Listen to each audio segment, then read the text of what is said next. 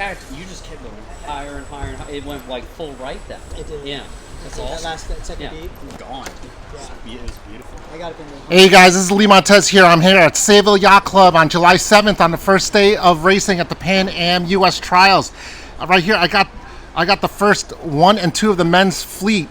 Here we have Conor Blouin and Andy Beeckman are really battling out there in the light wind. So let me turn this around and get some.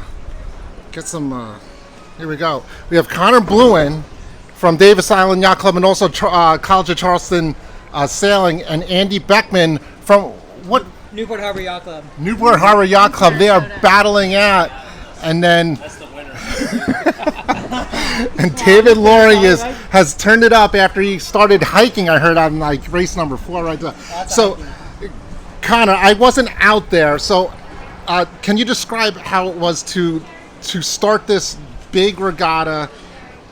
In many people's minds, that you are a favorite coming in. So, how did you feel going into this regatta? Well, it's a really deep field, and it's a very different regatta than we've sailed in the past. You know, it's shorter courses, like I said, deep fleet, not a ton of boats, so it fundamentally changes the racing. So like your aim is to hopefully start well and be consistent. You know, you hope that the average numbers and the average scores bear out over time. Mm-hmm. And then here we got Andy, who's sailing a great regatta. Andy only stepped into a Sunfish maybe 2 or 3 years ago. Basically, and he's been a long-time sailor, so he's really excellent, especially in the 505 and other. So, what was your experience coming into today? As you could have finished anywhere from winning this to now you're sitting at second. So, how do you feel? I mean, it's fun to have a good day, you know. So that's always pleasant. Yeah, I think the conditions suited me personally, and then you know, like Conor said, it's a 15-boat fleet, so you treat it a little differently than a 70-boat fleet or a 50-boat fleet. You have to, yeah, you know, limit your mistakes, but you don't have a lot of passing lanes out there. So, well, let me ask you a question here. I'm going to pass this around. So, what have you made any changes to your boat or anything to pick up the speed, because you've consistently been in the top 10 in these big regattas and midwinter's North American Championships. I've done a video with Conor, and he has a very simple setup. How did you set up your boat today? Yeah, simplicity I think is the way to go. So, did you gens it? No, just single halyard. I've got the hangster knot on the halyard. It took me like 3 days to figure that out.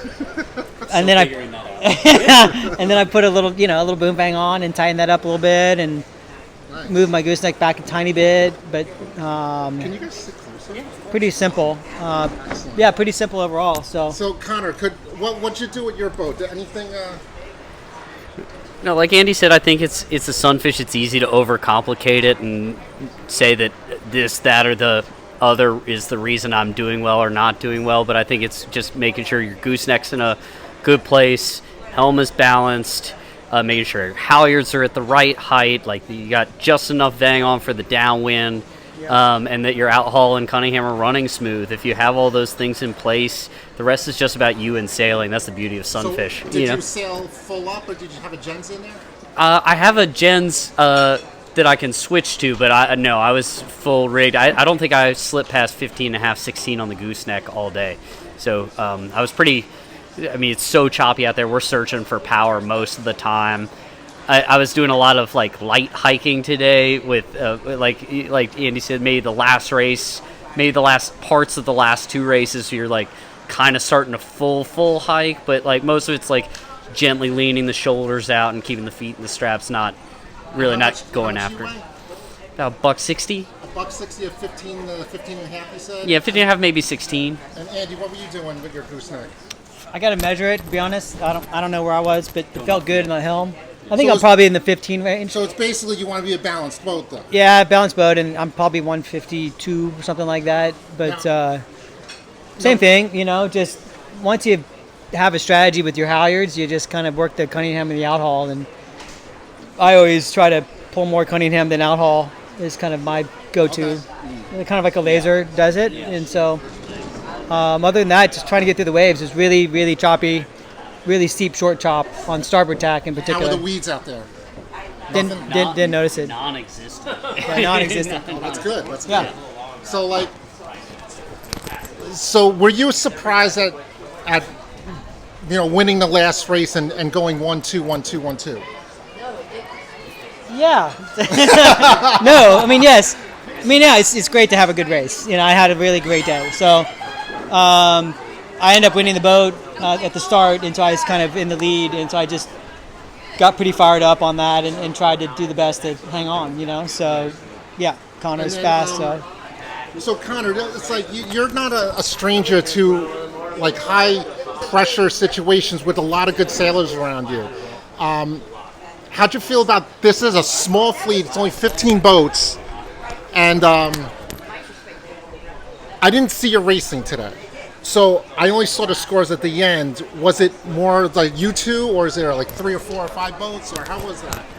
I think it kind of depended on certain races and where you were in each race. I certainly felt like Andy and I were closer to each other most of the day than I was to other things. But some races, it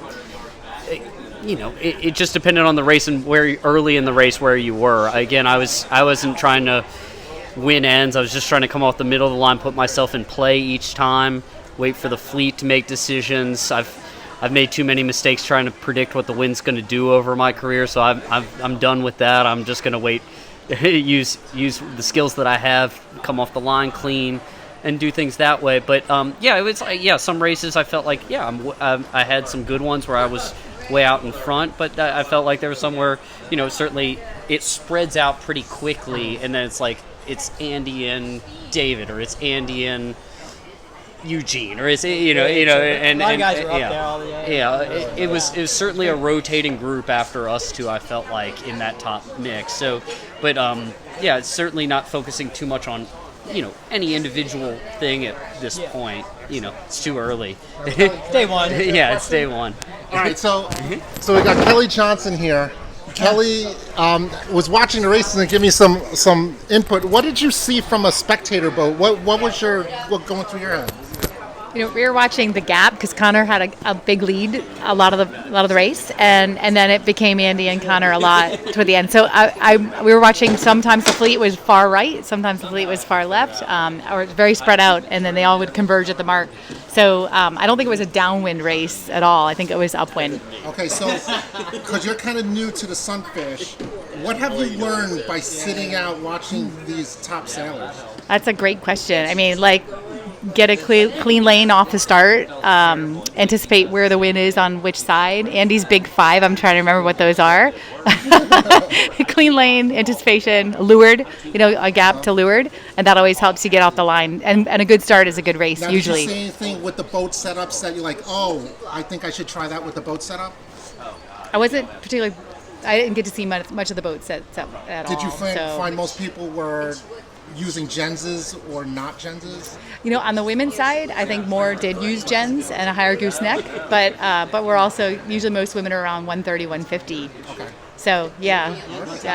All right, thanks a lot. Yeah, you're welcome. Thanks, Lee. So here we go. We got, I'm Lee Montes here at the Sayville Yacht Club. We had the top 2 men's here with Andy Beeckman in second. He won the last race of the 4 races today, and Conor Blouin. Congratulations. Good luck to day 2, guys. Thanks, Lee. Take it easy.